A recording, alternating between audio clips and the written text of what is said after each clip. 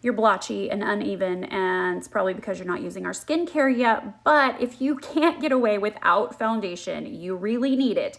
This is the one that you need, okay? This has the power to be a BB cream, a CC cream, a filter-like product, or full coverage, or just a spot concealer if need be. It's got the power to do everything, and it feels like nothing. It's only sold in one color, but all you have to do is add a little bit of our brightener, or we have a darkener. It's sold with, it's sold by itself, but also sold with the brightener and the darkener, so that you can do whatever you need to do to make it work for your skin. And that can be blended out right on your face, or you can blend it on a palette first and get your perfect color. I'm gonna start blending here with the Siren brush, and I'm applying very light pressure and just kind of doing a little bit of a pull motion. Contrary to popular belief, it is okay to rub a brush across your skin. It's not going to make you look old, okay? It's like, you know, if that was the truth, sleeping on your face would instantly age you 40 years. So your skin can bounce back, I promise. We're gonna set it with the Cool Matte Powder. You should set under your eyes with a powder always, regardless of what kind of foundation you're using, but especially when you're using a cream-based foundation. They don't have alcohol in them. So you have this endless ability to manipulate the product and kind of blend it on your face without getting that dried up liquid feeling that a foundation that's liquid kind of gives you. So you have that time to manipulate it, which you probably need.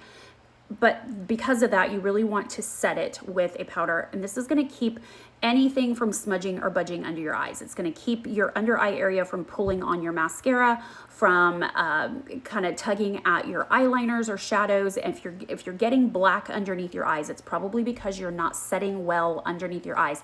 These little finger puffs make a great tool for it. A brush is not gonna give you quite enough. You need a little bit more punch under that area to really kind of override texture.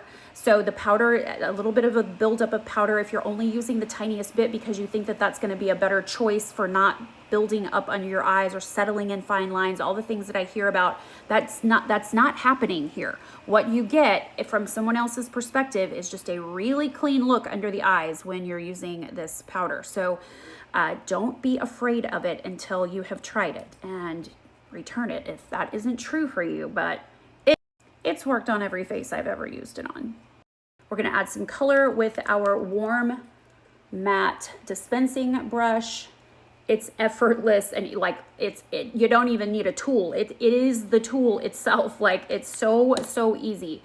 The sides of the face, it's okay if you go low, it's okay if you stay a little bit high. Just do the side of your face, don't make it too complicated, and then do around your hairline and your temple area, unless your temples are sunken in, and then you'd want to avoid the temple area. I like to go right down the center of the nose, and then we're gonna add, just like we did in yesterday's Quick and Clean, but now we have much more full coverage. We're gonna pop the lip gloss right onto the cheeks and pat that out. And then we're gonna use the Blonde Brow Powder to do our eyes and our brows and our lip liner. I've got that brow powder right in the lid. I'm gonna pick up with a liner brush and just go in. I'm gonna make a straight line at the bottom all the way to the arch, and then from the arch to the end of the tail. I'm gonna tap just the tiniest bit back in there and go in and start at the bottom of that line and make upward strokes.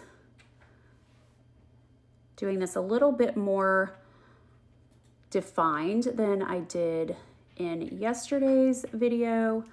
And then you can take your spoolie and brush through, taper the top a little bit, make sure that you have a nice soft start right here. You don't want a super dark starting place to your brow. It takes away attention from your eyes. And then we definitely need to go in with some brow gel and give it some structure. Your brows really should look like hair. They should not look like a stamp. When you're seeing that on yourself and you think it looks really clean and pretty, you're you're failing to understand the brow's purpose, and it is to point to your eyes, not to attract attention on its own. And the human brain knows that a brow is made of hair, so it should look like hair. So get over it if you think that the hairy brow is just not your thing. Give it a try and see what kind of feedback you get from people. It doesn't have to be the super bushy boy brow, but it should definitely look like hair. We're going to use that same brow powder to, just the tiniest bit. Don't use too much. Do a crease color right here and push back the flesh of the hooded eye. Not everybody has hooded eyes, but all of you have this fatty part right here in some capacity. Maybe it's a little more bony on you. Either way, it needs to have some color to it that doesn't look like makeup or art in any way, okay? It should just be darker skin right here and pushed back. Do you see how bright this is? It's competing for attention with my eye, where over here, it's just kind of disappeared. You're looking for a disappeared eyelid. Disappear the eyelids. If you want to do something pretty and fun, master this first. Learn to get rid of this little spot right here, and this is the perfect product for it. And then you can do the pretty stuff in the corner and close to the lash line. If you keep the pretty colors there, you'll be fine.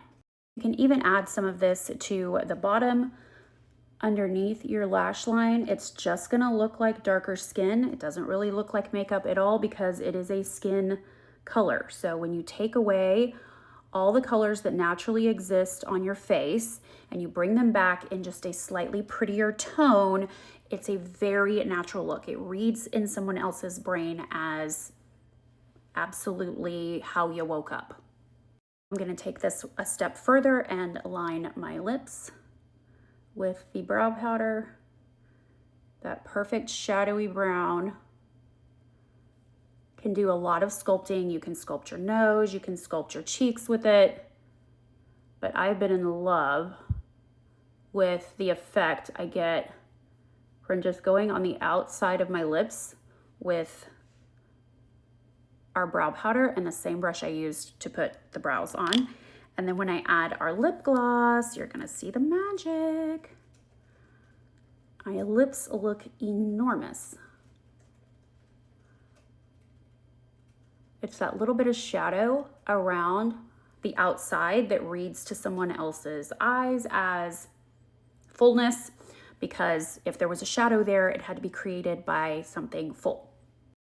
And then one last little touch of magic. I like to take our Quick Fix eye brightener and just pop it into the corner, and it's gonna give you a lot more eye length horizontally. And then of course I can add mascara to this and we'll be done. I will probably never create my own mascara because this one is like $6 and I cannot compete with that. And it is absolutely perfect, but I also can't talk about it here. So you have to go to my bio, to the link tree, to the website and download the list. The list has lots of products that I don't sell, but I love, and we have an Amazon storefront as well. Mascara complete, and I also like to go back in and add just a little bit of that Quick Fix right below the tail of the brow. You can also take it in here. Just be careful not to undo all of the magic you created by getting rid of the hooded eye effect. You don't want to white this all out again. Just give a skinny little line of highlight right below your brows to make sure that they are pointing people to your eyes, and voila!